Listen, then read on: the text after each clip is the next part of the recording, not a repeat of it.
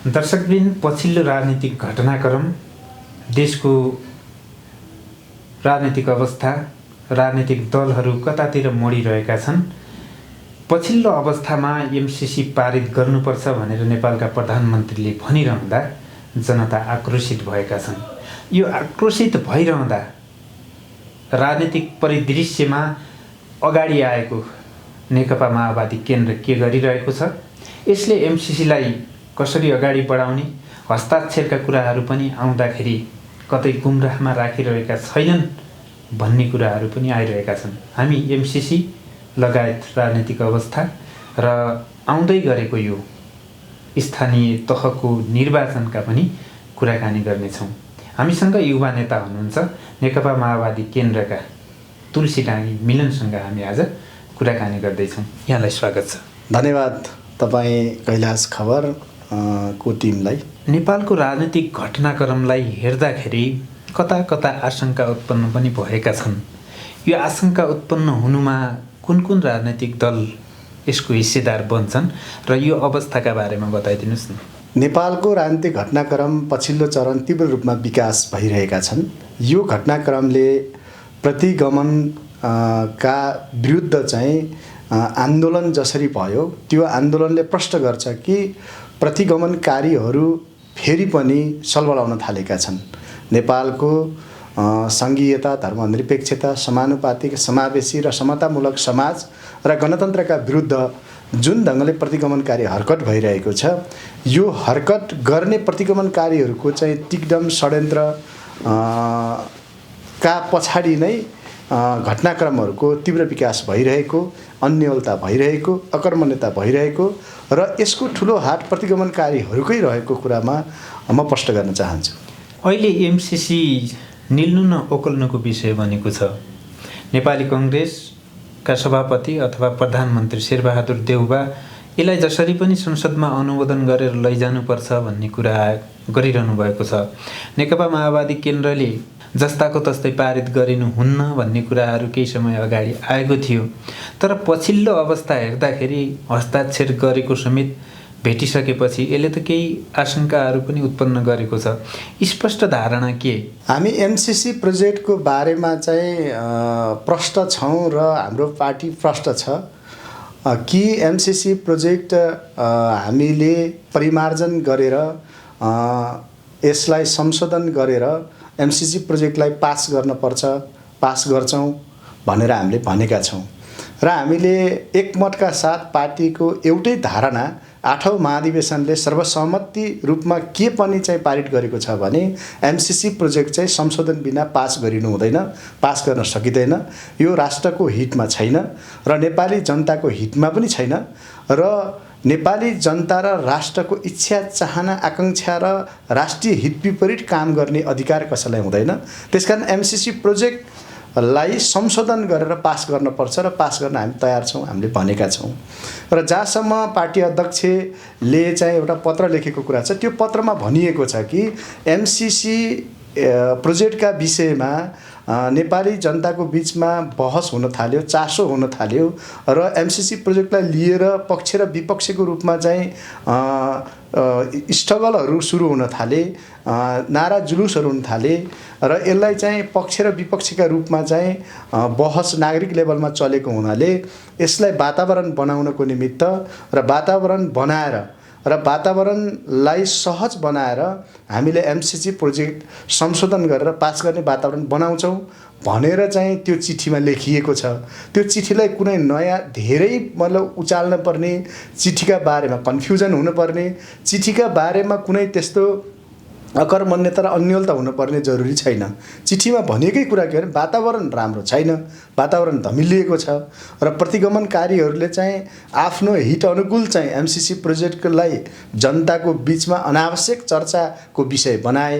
त्यो चर्चाको विषय बनाउँदै गर्दा वातावरण राम्रो नभएको हुनाले वातावरण बनाएर एमसिसी प्रोजेक्टलाई संशोधन सहित पास गर्ने वातावरण बनाउँछौँ भनेर भन्नुभएको। यसलाई धेरै ठुलो रूपमा, आशंकाको रूपमा, उपशंकाको रूपमा ल्याउन जरुरी छैन। पार्टीको 8औं महाधिवेशनले संशोधन सहित एकमतका साथ एमसिसी प्रोजेक्टलाई चाहिँ हामी पास गर्छौँ भनेको छ। तर एमसिसी राष्ट्रघाती हो भनेर अन्य राजनीतिक दलहरू सडकमा छन्, सत्ता गठबन्धनभित्रै पनि विखण्डन आउने सङ्केत देखिएको छ। यो अमेरिकन सैन्य रणनीति अन्तर्गतकै एउटा प्रोजेक्ट हो, भोलि नेपाललाई खतरा छ भनेर पनि अन्य राजनीतिक दलहरूले भनिरहेको अवस्था छ नि। यो के यही अवस्थामा एमसिसी पारित भयो भने अमेरिकन सेनाहरू नेपाल आउने, नेपालको अखण्डतामाथि पनि धावा बोल्ने भन्ने किसिमकाहरू भनाइहरू पनि आएका छन्।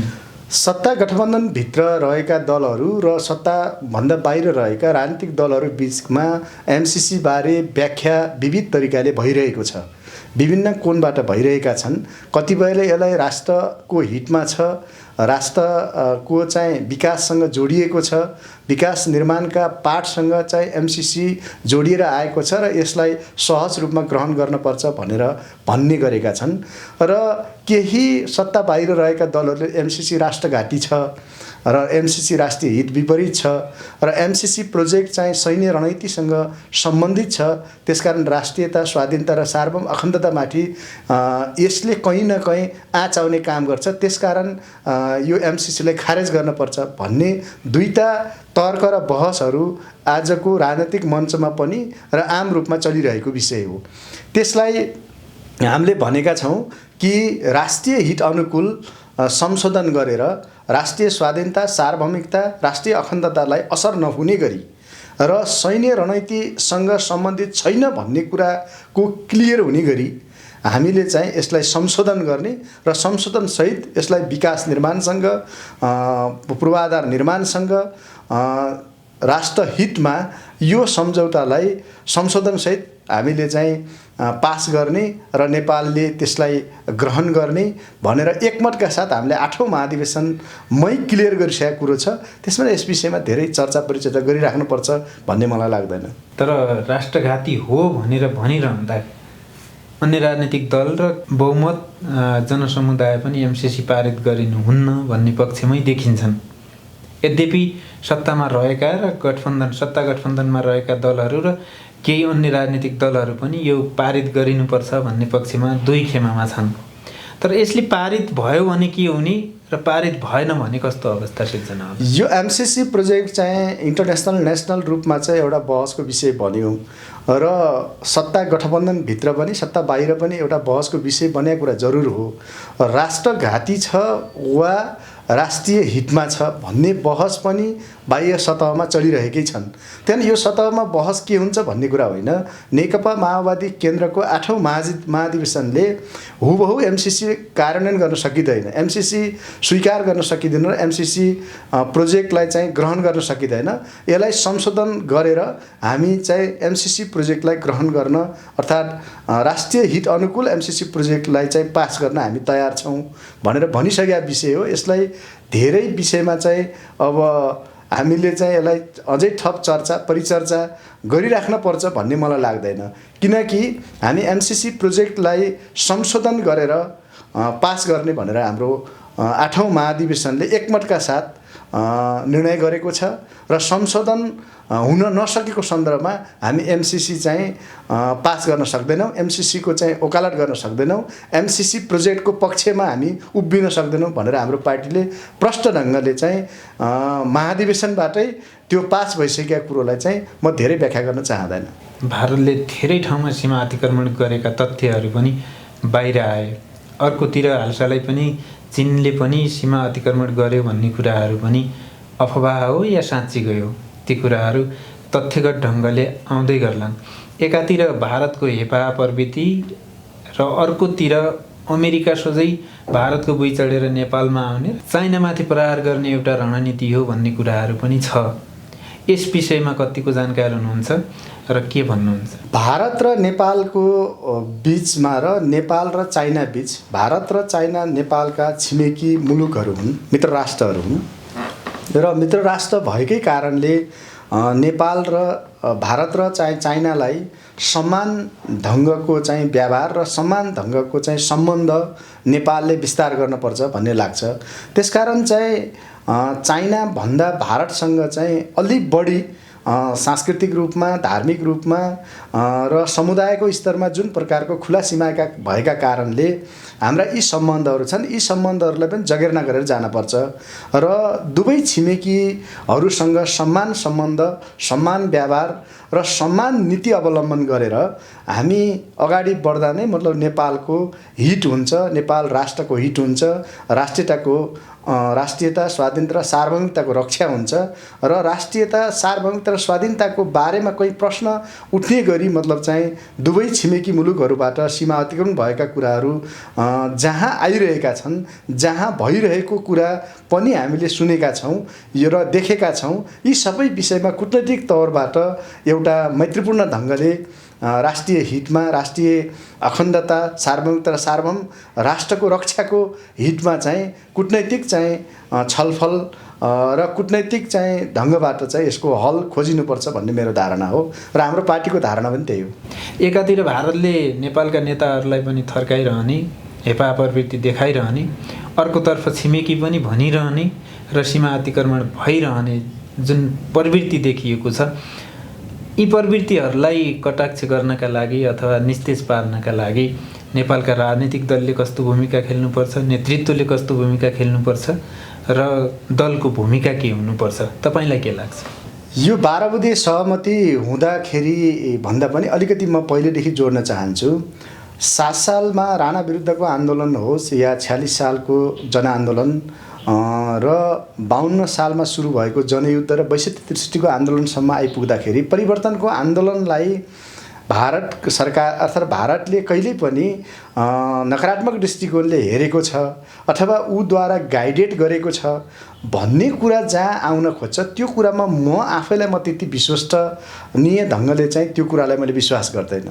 किनकि यो यहाँको परिवर्तनको आन्दोलनको कुरा, यहाँको सत्ता परिवर्तनको कुरा, यहाँको परिवर्तनको आन्दोलनको कुरा र यहाँको सत्ता परिचालन गर्ने कुरा र यहाँको चाहिँ आन्तरिक मामिलामा चाहिँ कसरी अगाडि बढाउने भन्ने कुरामा चाहिँ आन्तरिक राजनीतिक पार्टीहरूको कुरा हो। त्यो बरु 12 बुँदे सहमतिपछि नेपालमा राजतन्त्रको अन्त्य भयो, गणतन्त्रको घोषणा भयो र त्यसको साथ राजनीतिक दलको तर्फबाट चाहिँ गिरिजाप्रसाद कोइरालाले नेतृत्व गर्नुहुन्थ्यो र विद्रोही माओवादीका तर्फबाट कमरेड प्रचण्डले नेतृत्व गरेर राजतन्त्रको अन्त्य गरेर गणतन्त्रको घोषणा गर्ने र आजको परिवर्तनको यो अवस्थासम्म आइपुगेको कुरा सत्य हो। त्यसैले गिरिजाप्रसाद कोइरालालाई त्यो 62-63को आन्दोलनले सम्मान गर्न पर्थ्यो कि पर्दैन थियो, सम्मान गर्यो कि गरेन र त्यो आन्दोलनमा चाहिँ गिरिजाप्रसाद कोइरालाले खेलेको भूमिकाप्रति राजनीतिक पार्टीहरूले चाहिँ कसरी सोचे, कसरी हेरे त्यो इतिहासले मूल्याङ्कन गर्ला र गर्दै आउला र इतिहासको विषय हो त्यो। र त्यसमा चाहिँ एउटा फ्याक्ट कुरा के हो भने गिरिजाप्रसाद कोइरालाले आफ्नो मेरो उमेरको हकमा, उमेरका हिसाबले, सबै हिसाबले प्रचण्डजी तपाईँले यो देश सम्हाल्न पर्छ, यो देश तपाईँ यो देशका लागि आवश्यक छ र मेरो उमेर अवस्था सबै हिसाबले चाहिँ यो मुलुक तपाईँले सम्हाल्न पर्छ, तपाईँले सम्हालेर यो मुलुकलाई अगाडि बढाउनुको विकल्प छैन, यो देश तपाईँले सम्हाल्नुहोस्, यो देशको नेतृत्व तपाईँले खेलेर लिएर अगाडि बढ्नुको विकल्प छैन भनेर चाहिँ गिरिजाप्रसाद कोइरालाले प्रचण्डलाई भनेको कुरा यो सामान्य कुरा होइन, यो चान्चुने कुरा होइन, इतिहासमा त्यो धेरै ठुलो कुरा हो र परिवर्तनको आन्दोलनको मतलब चाहिँ आन्दोलन पछि गरिएको कुरा हो। त्यो कुराको उचाइलाई हेर्दा आजसम्म पनि के आवश्यक देख्छु भने गिरिजाप्रसाद कोइरालाले त्यो कुरा भनेको कुरा चाहिँ नेपालमा सबै राजनीतिक पार्टीहरूले चाहिँ प्रचण्डलाई अभिभावकको रूपमा ग्रहण गर्दै अगाडि बढ्न नसक्नुका पछाडि नै अन्योलता, अकर्मण्यता जस्ता कहीँ प्रश्नहरू चाहिँ उठिरहेको, कहीँ केही नमिलेको एजेन्डा, सबै राजनीतिक एजेन्डाहरू, प्रणालीहरू जे छन् आज यी सबै हेर्दाखेरि चाहिँ माओवादीले चाहिँ सङ्घीयता, धर्मनिरपेक्षता, गणतन्त्र, समानुपातिक, समावेशी र समानतामूलक समाजको एजेन्डा चाहिँ माओवादीको नेतृत्व अरू कसैले गर्दा कहीँ कन्फ्युजनहरू, अकर्मण्यताहरू भइरहेको हो भन्ने कुराको पुष्टि के हुन्छ भने गिरिजाप्रसाद कोइराला त्यति बेला नेपाली काङ्ग्रेसको सभापति अर्थात् 7 राजनीतिक दलका तर्फबाट चाहिँ आन्दोलनको नेतृत्वकर्ताको हस्ताक्षरकर्ताको चाहिँ रूपमा उहाँ हुनुहुन्थ्यो। विद्रोही माओवादीको तर्फबाट कमरेड प्रचण्डले हस्ताक्षर गर्नुभयो, शान्ति प्रक्रियामा हस्ताक्षर भयो। त्यो हस्ताक्षरकर्ता गिरिजा बाबु आज हामीसँग हुनुहुन्न र एकल मतलब हस्ताक्षरकर्ता कमरेड प्रचण्ड मात्रै हामीसँग हुनुहुन्छ र प्रचण्ड कमरेडले नेतृत्व गरेको र यहाँसम्म मुलुकलाई अगाडि लिएको र इतिहासमा वर्तमान र भविष्यमा पनि कमरेड प्रचण्डलाई चाहिँ सही ढङ्गले चाहिँ अभिभावकको रूपमा ग्रहण गर्न नसक्दा राष्ट्रले अझै राजनीतिक वृत्तमा अझै मतलब चाहिँ केही अन्यलताहरू भइरहने कुरा नै मा हामीले चाहिँ के बुझ्नुपर्छ भने यी कुराहरूले काम गरिरहेको छ, यी फ्याक्टरहरूले काम गरिरहेको छ है भन्ने कुराको चाहिँ सुझबुझ हुन आवश्यक छ भन्ने मलाई लाग्छ। गिर्जाले देखाएको बाटोमा न त कङ्ग्रेस हिँड्न सक्यो, न काङ्ग्रेसका कार्यकर्ताहरू त्यो अङ्गीकार गरेर नै अगाडि बढ्न सके। कङ्ग्रेसभित्रको त्यहाँ खेमाहरू हेर्दाखेरि अलग अलग धारहरू भने उनीहरूका क्रियाकलापहरू पनि फरक फरक ढङ्गले व्यतीत भइराखेका छन्। नेकपा माओवादी केन्द्रभित्र पनि 8औं महाधिवेशनले एमसिसी पारित गर्नुपर्छ भन्ने कुराहरू भएको थियो भन्ने कुरा गर्नुभयो। तर 8औं महाधिवेशनमै बसेका नेताहरू पनि लीलामणि पोखरेल, प्रकाश लगायतका नेताहरूले त एमसिसी पारित गरिनु हुन्न भन्ने टाइपका धारणाहरू अभिव्यक्त गरिरहँदा पार्टीभित्र पनि कतै गुट उपगुटहरू भइराखेका किन हुन्छन्, किन भइराखेका हुन् भन्ने कुरा हेर्दाखेरि किन यस्तो भइराखेको छ? हुबहु रूपमा चाहिँ हामीले चाहिँ एमसिसी प्रोजेक्ट पास गर्न सकिँदैन, पास गरिँदैन। एमसिसी प्रोजेक्ट संशोधन बिना पास गरियो भने त्यो कुरा चाहिँ माओवादी केन्द्रले चाहिँ त्यसलाई चाहिँ पास गर्न सक्दैन भन्ने कुरा प्रष्ट ढङ्गले राखिएको छ नि त। यो सैन्य रणनीति अन्तर्गतकै हो भनेर अमेरिकाले भनिराखेको छ नि त। कुनै न कुनै ढङ्गले चाहिँ हाम्रो राष्ट्रिय हितमा छैन, सार्वभौमिकता, राष्ट्रिय अखण्डता र सार्वभौम मुलुकका हितमा छैन र हाम्रो हामीलाई चाहिँ संशोधन नगरिकन हुबहु एमसिसी पास गर्नका लागि हामी तयार छैनौँ, माओवादी केन्द्र तयार छैन भन्ने कुरो 8औं महाधिवेशनले प्रष्ट एकमतले पारित गरेको कुरा हो नि त। यो त भनेपछि अब पारित हुन्छ कि हुँदैन?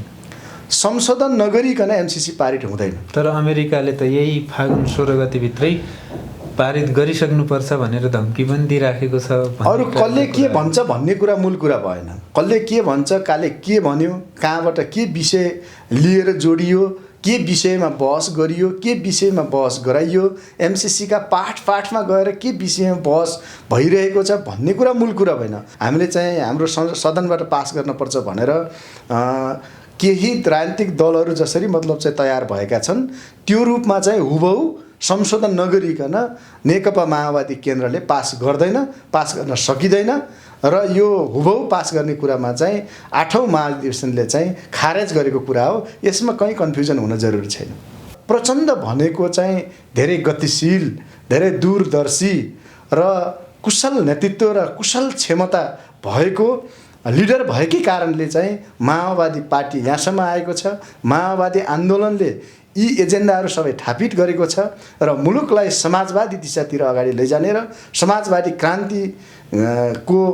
क्रान्तिको मोडेल तयार गरेर अगाडि बढ्ने कुरामा चाहिँ कहीँ शङ्का छैन र शङ्का गरिनु हुँदैन र नेतृत्वले जुन स्टेप लिएको छ त्यो सही छ। सही ढङ्गले चाहिँ आन्दोलनलाई अगाडि बढाउनलाई आएका बाधा, व्यवधान, अप्ठ्यारा, सजिला जे देखा परिरहेको यी सबै चुनौतीहरूको सामना गरेर अगाडि जान प्रचण्ड जस्तो कुशल नेतृत्व भएकै कारणले माओवादीले सबै सामना गरेर अगाडि बढ्न सक्छ। अब स्थानीय तहको निर्वाचन पनि आउँदैछ, मिति पनि सार्वजनिक भएको छ।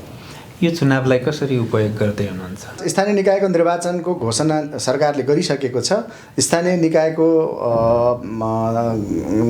घोषणाले स्थानीय निकायको निर्वाचनमा चाहिँ माओवादी केन्द्र तन मन र बुद्धि, विवेक र साहसका साथ स्थानीय निकायमा चाहिँ सहभागी हुन्छ र चुनावी मैदानमा प्रवेश गर्नको निमित्त तयार भएको छ र हामी चुनावी मैदानमा छौँ र चुनावी मैदानबाट माओवादी केन्द्रले आफूलाई अब्बल साबित गरेर अगाडि आउँछ, यसमा म विश्वस्त छु। उम्मेदवार बन्नमै हानथाप हुन्छ भन्ने कुराहरू पनि छ नि। यो माओवादी केन्द्र एमाले र काङ्ग्रेस जस्तो पार्टी होइन। यो पार्टी भनेको चाहिँ छलफल, बहस र अन्तर्क्रिया र ठुला चाहिँ अन्तरसङ्घर्षहरू हुने गर्दछन्। तर छलफल हुन्छ, बहस हुन्छ, अनेकता हुन्छ, तर जब कार्यान्वयनमा जान्छ त्यसमा एकताका साथ, एक दिगका साथ, एकताबद्ध भएर चाहिँ अगाडि बढ्ने पार्टी हो। त्यसकारण यो चाहिँ विभिन्न रूपले चाहिँ पार्टीभित्र चाहिँ भ्रम सृजना गर्ने मान्छेहरूलाई गतिलो झापत दिएर अगाडि बढ्न सक्छ। यो चुनावमा तपाईँको भूमिका कहाँ नजिक रहन्छ? पार्टीको एउटा क्याडर हुनुको नाताले म पनि स्थानीय निकायको निर्वाचनमा चाहिँ पार्टीका निमित्त आफ्नो भूमिका निर्वाह गर्ने कुरामा चाहिँ गतिशीलताका साथ, तदारुकताका साथ र तन मनका साथ पार्टीलाई विजय बनाउनको निमित्त र पार्टीको एजेन्डा लिएर जनतामा जानको निमित्त म पनि मेरो भूमिका त जरुर रहन्छ। तर तपाईँले भने जस्तै मैले स्थानीय निकायको निर्वाचन लड्ने नलड्ने, प्रदेशको निर्वाचन लड्ने नलड्ने, केन्द्रको निर्वाचन लड्ने नलड्ने, यो सबै कुराको हकमा चाहिँ पार्टीले चाहिँ के जिम्मेवारी दिन्छ त्यो जिम्मेवारी निर्वाह गर्ने कुरा मात्रै मेरो भूमिकामा रहन्छ। यहाँले पार्टीले जस्तो जिम्मेवारी दिन्छ म त्यस्तै सम्हाल्न तयार छु त भन्नुभयो, तर पार्टीसँग म हुनैपर्छ भनेर पनि उम्मेदवार बन्ने नेताहरू पनि छन् नि। होइन, तपाईँले भनेको कुरा के हो भने पार्टीभित्र चाहिँ टिकटको निमित्त लुछाचुडी गर्ने, टिकटकै निमित्त टिकडम गर्ने, हानाठाप गर्ने, चाप्लुसी गर्ने, चाकडी गर्ने र चाहिँ गुटबन्दी गर्ने, यी सबै कुराबाट म चाहिँ अलिक टाढा राख्न चाहन्छु आफूलाई। किनकि पार्टीले चाहिँ मेरो आवश्यकता ठान्यो र मेरो आवश्यकता ठान्यो र पार्टीले टिकट दिएको सन्दर्भमा, जिम्मेवारी दिएको सन्दर्भमा चाहिँ मैले आफ्नो जिम्मेवारी चाहिँ पुरा गर्न सक्छु भन्ने आत्मविश्वास मसँग छ। तर मैले पार्टीको चाहना, इच्छा, आकाङ्क्षा र पार्टीको आवश्यकता भन्दा मेरो छुट्टै व्यक्तिगत आवश्यकता, चाहना, आकाङ्क्षा प्रधान हुँदैन। प्रधान कुरो पार्टीको चाहिँ आवश्यकता के ठान्छ त्यो कुरामा चाहिँ म आफूलाई चाहिँ जुनसुकै क्षेत्रमा उभ्याउन म तयार छु। प्रदेश 5 को राजधानी दाङ र दाङका स्थानीयवासीहरूको चाहना त मिलन उम्मेदवार बन्नै पर्छ, अगाडि बढ्नुपर्छ भन्ने चाहना राखेका छन्। त्यो चाहनालाई पार्टीले पुरा गर्छ कि गर्दैन? त्यो पनि मेरो व्यक्तिगत विषय भएन। त्यो चाहिँ पार्टीले, मैले अहिले हजुरलाई भनिसकेँ, अगाडि नै भनिसकेँ कि पार्टीले के आवश्यकता छान्छ, जनताले के निर्णय गर्छ र कार्यकर्ताले चाहिँ के निर्णय गर्छन् र समग्रमा चाहिँ पार्टीले चाहिँ मलाई के निर्देश गर्छ त्यो कुरा चाहिँ मैले आत्मसात गर्छु। दिएको जिम्मेवारी भन्दा म आफूलाई टाढा राख्न कहिल्यै पनि म इच्छुक रहेन। म आज पनि हुँदैन, भोलि पनि हुँदैन। अखण्डता त यो चुनावमा पनि लागू होला नि। पहिलेका निर्वाचनहरू जित्थे, त्यसरी नै अहिलेको चुनाव पनि जित्ने रणनीतिमा त होला नि।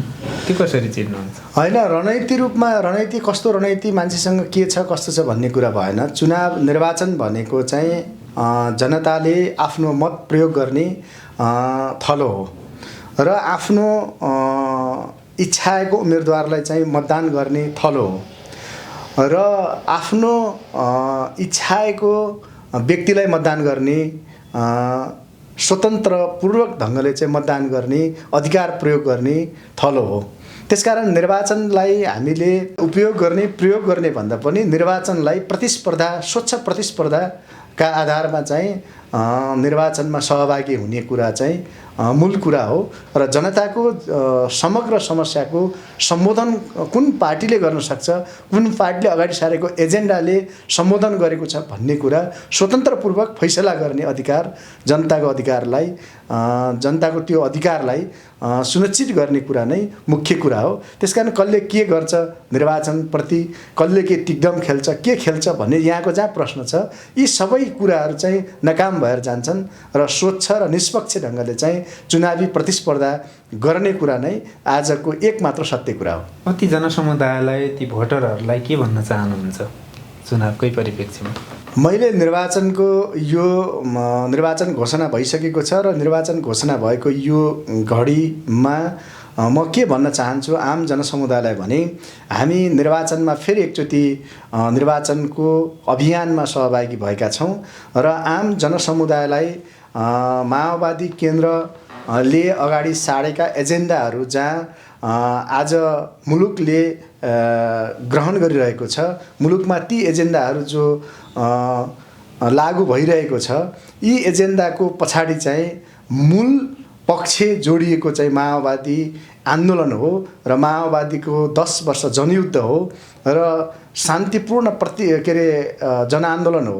त्यसकारण यी एजेन्डालाई गहिरोसँगले अध्ययन गरेर माओवादी केन्द्र एउटा राष्ट्रको इमान्दार पार्टी हो, जनताको इमान्दार पार्टी हो र जनताप्रति निष्पक्ष र कुनै स्वार्थरहित जनताको चाहिँ भावना, जनचाहना र जनआकाङ्क्षाले सञ्चालन परिचालन हुने पार्टी भएका कारणले माओवादी पार्टीलाई एकचोटि राष्ट्र निर्माणका लागि र मुलुकलाई परिवर्तनको सबै एजेन्डालाई संस्थागत गर्नका लागि र मुलुकका विकास निर्माणका चाहनाहरूलाई चाहिँ पुरा गर्नका लागि निष्पक्ष ढङ्गले, स्वतन्त्र ढङ्गले र गहिरो ढङ्गले माओवादी पार्टीप्रति समीक्षा गरेर, अध्ययन गरेर र सचेत र सतर्क हुँदै माओवादी पार्टीलाई मतदान गर्नुहोस् भन्ने आशा गर्न चाहन्छु। हस्, महत्त्वपूर्ण विचार र समय दिनुभयो त्यसको लागि यहाँलाई धेरै धेरै धन्यवाद। कैलाश खबरलाई तपाईँहरूले जुन विचार राख्ने